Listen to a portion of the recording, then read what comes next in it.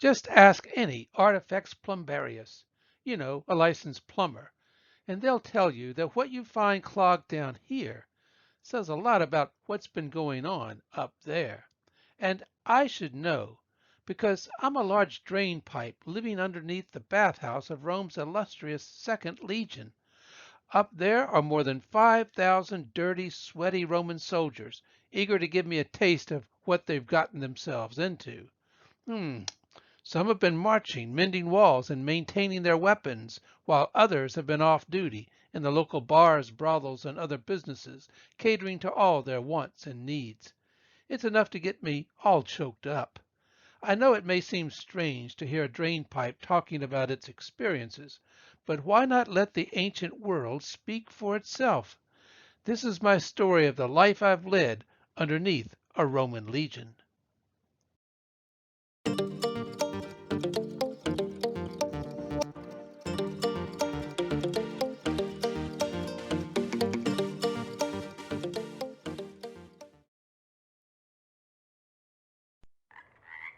Folks, that frog in my throat is not just an expression. I've been choking on critters like him for centuries. I've got the bones and bodies of about 100 other animals down here to prove it, including cattle, sheep, rodents, swine, fish, ducks, and well, you get the picture. My voice is all gravelly, too, because I've got rocks down here scraping against shattered glass, old nails, broken pots, and somebody else's teeth. I've tried to wash all that down with the dirty bath water of thousands of Roman soldiers and local civilians, but that's a lot to swallow, even for a big guy like me. That's just the price you pay in my line of work. I'm the main drain down here beneath the thermae, the heated baths at Caerleon, the site of ancient Isca in the Roman province of Britannia. I've been here since the reign of the great Emperor Vespasian in what you call the 1st century AD. You might remember Vespasian for his engineering marvel, the Flavian Amphitheater, better known perhaps as the Roman Colosseum. But of course, I'm attached, literally, to something even greater, a typical Roman bathhouse, those signposts of civilization that kept clean the conquering armies of an empire. The baths here at Isca are spectacular. An elaborate spa, community center, workout facility, food court, and bathing complex all rolled into one bit of home away from Rome. This is 2.5 acres of prime real estate inside the fortress itself. The outdoor pool holds more than 80,000 gallons of fresh, clean running water that cascades down from a beautiful fountain house or nymphaeum. But the real attractions await patrons inside the main bath building here. It's a soaring edifice of brick and concrete faced with fancy stone. It boasts tall glass windows, painted walls, and an amazing triple cross-vaulted ceiling accenting the three main chambers of the thermae. Impressive mosaics decorate the waterproofed interior like an art gallery. Clear water is drawn from a spring about 5 miles away. You know this by the coal dust in my throat, brought down in tiny traces from the coal fields located near the springs themselves. That's me being marked on the map, that long drainage channel snaking away from the baths. Everyday soldiers and civilians congregate above me in ritualized social gatherings. I don't get to observe any of it directly, of course, but what they do up there eventually leaves its mark down here with me. And a lot of it piles up in that sharp left-hand turn between the baths and the swimming pool. A clog there is like a time capsule, a plumber's nightmare, but an archaeologist's dream. It all starts with people and their pastimes. After a bracing round of exercise or simply to relax in the afternoon, patrons enter the baths and change in the heated apoditarium. Bath attendants are supposed to guard everybody's clothes and other personal belongings, but bathers are reluctant to leave their valuables behind. Then the actual bathing process begins. The first phase takes place right above me in a room called the frigidarium because it uses cold water. Bathers can take a dip in a frigid plunge bath, or oil down before using a metal scraper to remove the oil, dirt, dead skin, and sweat. Everything sloshes right through me. Next, our bathers take their turn in the tepidarium, the warm room, and finally the caldarium, the hot room. The floors of these two chambers are raised up on piers so that furnaces can deliver heat underneath them. This ingenious so-called hypocaust system creates steam and fuels hot bathing pools in which to soak. Hollow channels in the walls carry this warmth upward, an absolute delight during the bitter winter months of Britannia. Once finished, patrons wander back through the building to the apoditerium to get dressed and then leave. If you've never had the pleasure of my company at the baths, you can eavesdrop on the world above me by reading the works of Seneca, a famous philosopher who tutored Nero. He describes the bellowing and grunting of patrons inside a Roman bath, some of them wheezing while trying to lift weights, others in love with their own voices as they argue about sports. You're deafened by the slapping of expert hands giving some bloke a massage.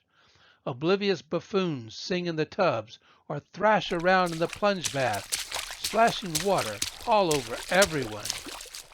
Professional depilators make grown men cry as they pluck unwanted hairs from armpits and other places. Fast food vendors stroll the rooms yelling out their advertisements for sausages, cakes, and other delights. The aromas of these snacks mingle with sweat and filth for a memorable time. From my side of the drain cover, I'd say Seneca got it right. Imagine tackling lunch, gym class, and bath time all at once. Legionary soldiers rely on facilities like the baths at Isca to relieve their stress and boredom. After all, the normal length of military service is 25 long years. Lots of retired soldiers become so attached to their permanent camps that they stay on in the suburbs called canabi, clinging to the comrades and lifestyle they knew best. As they grow older and older, I witness firsthand the departure of their hair and their teeth as these come tumbling through me. I know there is a barber/dentist up there in the baths. Yes, the same guy does both jobs as part of the full service amenities for active and retired personnel. Their wives and children can enjoy the facilities as well, but only in segregated time slots to avoid any impropriety. Every day, all the byproducts of this recreational hubbub gets funneled through me, if it can get past that sharp bend in my throat between the baths and the outdoor pool. Within a quarter century of my construction, I was already so congested that drastic measures had to be taken.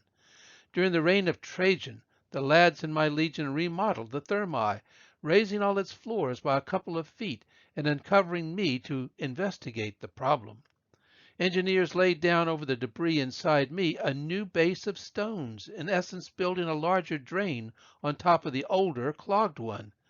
The inside of my new channel was over 4 feet tall, with rounded corners to improve the flow of water. For a while I drained like a champion, but another century later and I was all choked up once more. Want to take a closer look? You can actually track changes in the diet of Rome's Second Legion by looking at the food scraps lodged in my throat. Remember, I've got an older layer of trash beneath the later one in my remodeled gut. In the lower, earlier clog, you'll find the remains of light snacks, mostly mutton chops, chicken legs, shellfish, some fresh eggs, and pork ribs. In my upper layer, notice how the Army has acquired a taste for heartier meals, filling me up with discarded bones from bigger cuts of meat. Of course, I'd like to think that the occasional remnants of rats and toads are just intruders dispatched in the baths, not something on the menu. Bathside dining brings with it broken bowls, plates, and drinking cups. Since the food is prepared off-site, I'm at least spared cooking pots and frying pans. Nothing is free, of course, so bathers bring along coins to pay for their snacks and their meals. That's why I got some money saved up down here, too.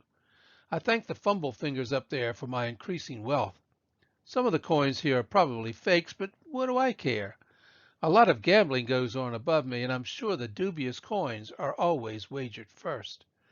I swallow a few dice and other gaming pieces from time to time, either through a soldier's carelessness or their temper tantrums. Of all the personal items sloshing down my gullet, my favorites are the carved gemstones lost from the finger rings of Roman soldiers. I can count 86 of them stuck down here so far. Most are small but impressive artworks carved from jasper, cornelian, amethyst, quartz, and other beautiful stones. Some from as far away as Egypt and even India. I love looking at the images on these little treasures, each reflecting some Roman sense of identity. A lot of the designs you would expect to find on the fingers of fighting men, imperial eagles, mighty mythological heroes, weapons, and of course the war god Mars. Some carvings betray recreational interests beyond the battlefield, such as wine or women. Some images bring to stormy Britannia the exotica of warmer climates on the other side of the world, such as parrots, elephants, and baboons. I sometimes imagine that in the brawls breaking out above me, some of these gemstones have left their imprint on the jaws of men cheating at dice or slandering some other guy's cohort. Nothing loosens a ringstone quite like a good fist fight. Well, almost nothing. The real danger comes from all that humidity inside the baths. It loosens a ring's settings over time. Usually a dislodged gemstone sloshes my way to the sound of its owner screaming after it, his wide eyes watching his prized possession slipping away. Sometimes the owner curses his reluctance to leave his valuables in the changing room, having forgotten that steam steals as greedily as do human thieves. But too late, now it's mine, at least until the archaeologists show up like professional plumbers to clear me out one last time. By then Rome's second legion will be long gone, leaving the ruins of the Thermae to be plundered for building stone during the long Middle Ages. Parts of me will have been uncovered, leaving openings that lured the occasional dog or cat, even an ox at one point, into my depths to die on top of the ancient debris. The archaeologists will no doubt enshrine all the good stuff inside a museum as a memorial to my extraordinary life with the men and women of ancient Isca in the province of Britannia. I'm Dr. Frank L. Holt, thanking you for watching and urging you to subscribe to this channel about the ancient world. There's a lot more to come, so don't miss any of it. I published an earlier version of this story in Aramco World magazine with illustrations by Norman MacDonald.